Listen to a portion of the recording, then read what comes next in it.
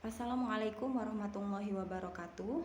Perkenalkan, saya Riani. Saya guru mata pelajaran Pendidikan Pancasila dan Kewarganegaraan di SMK Negeri 1 Ciasem, Kabupaten Subang, Provinsi Jawa Barat. Kali ini saya akan mengangkat permasalahan mengenai pentingnya manajemen waktu terhadap hasil belajar.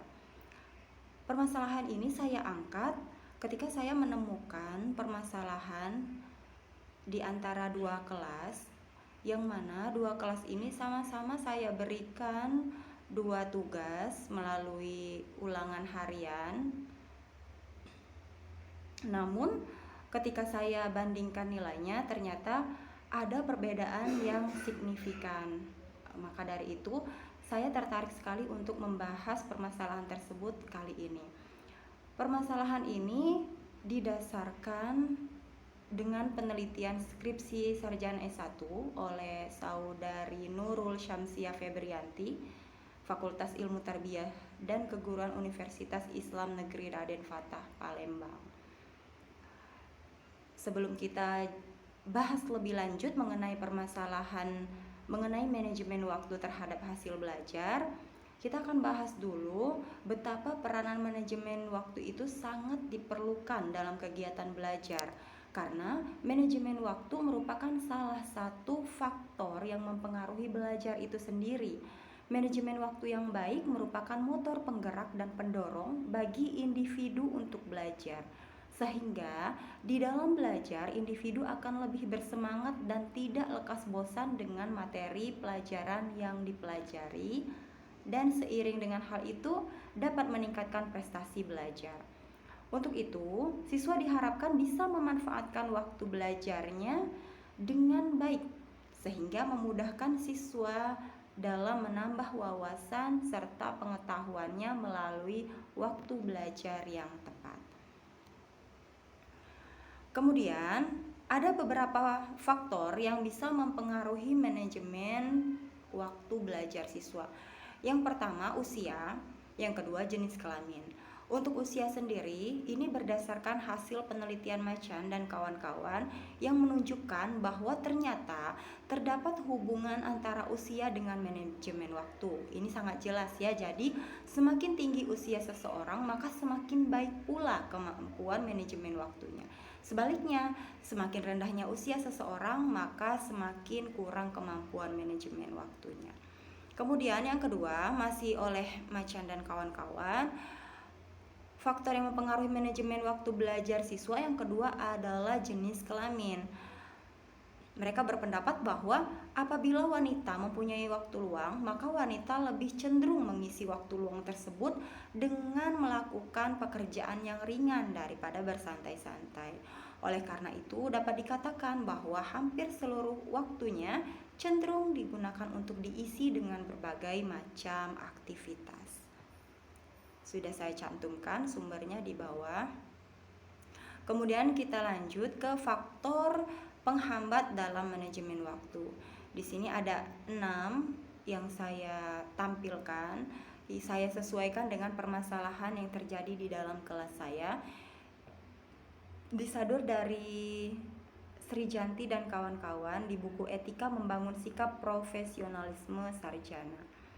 Yang pertama, beberapa orang menyelesaikan kerjaan yang dicintainya terlebih dahulu, kemudian mengerjakan aktivitas-aktivitas yang kurang diminati.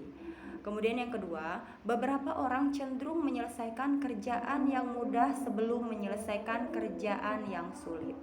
Yang ketiga, beberapa orang menyusun skala prioritas kerja berdasarkan urutannya, bukan berdasarkan urgensi atau kepentingannya.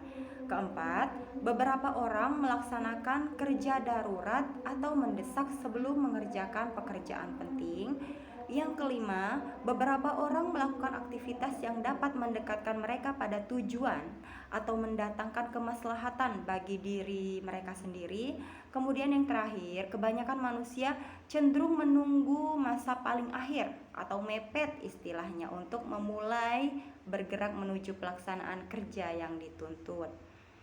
Kemudian selanjutnya di halaman berikutnya, di sini saya tampilkan Ada 2 perbandingan hasil belajar siswa. Ini pada mata pelajaran PPKN. Ada di kelas 12 TBSM, yang kedua di kelas 12 OTKP. Bisa kita lihat sendiri di sini saya tampilkan hasil belajar dari masing-masing siswa di kelas ini. Untuk yang pertama, kelas 12 TBSM itu berjumlah siswanya itu 20 orang dengan nilai di bawah KKM itu 11 orang. 3 orang belum mengikuti ulangan harian 1. Ini nilainya. KKM-nya adalah 70.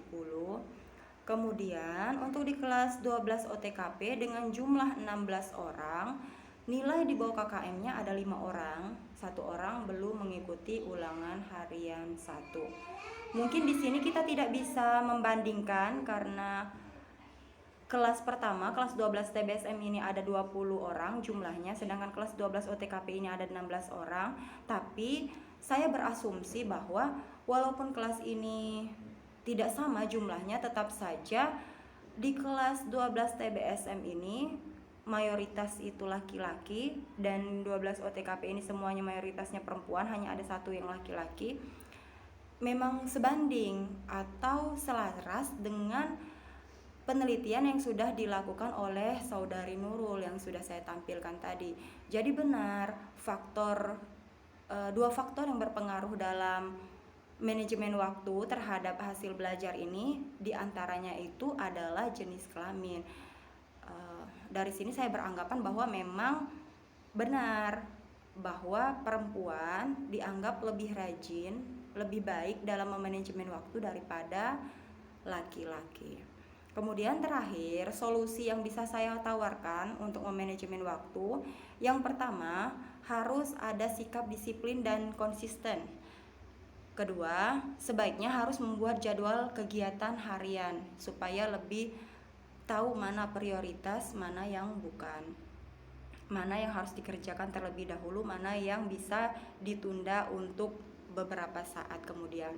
Selanjutnya, solusinya adalah harus mengontrol diri. Jadi pada saat misalkan mungkin lagi belajar, siswanya dihindarkan dulu untuk bermain game atau membuka HP, media sosial yang tidak perlu. Kemudian menentukan skala prioritas, membuat target. Terakhir adalah hindari kebiasaan untuk menunda pekerjaan. Mungkin ini saja sementara permasalahan dan solusi yang saya hadirkan untuk pertemuan kali ini. Sekian, semoga bermanfaat. Wassalamualaikum warahmatullahi wabarakatuh.